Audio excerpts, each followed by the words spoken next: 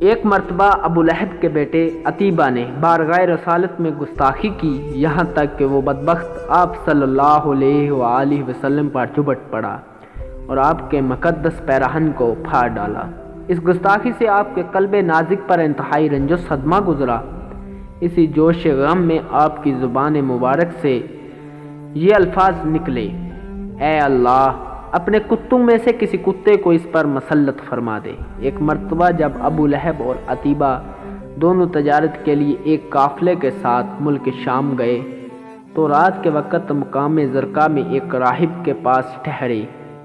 راہب نے قافلے والوں کو بتایا کہ یہاں درندے بہت ہیں، اس لیے تمام لوگ ذرا ہوشیار ہو کر سوئیں۔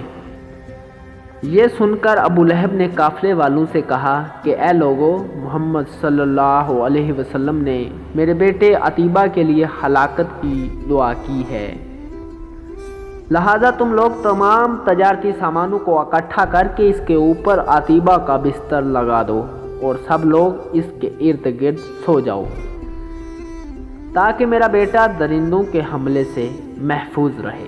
چنانچہ قافلہ والوں نے عتیبہ کی حفاظت کا بندوبست کیا، لیکن رات کے وقت اچانک ایک شیر آیا اور سب کو سونگھتے ہوئے کود کر عتیبہ کے بستر پر پہنچا اور اس کے سر کو چبا ڈالا۔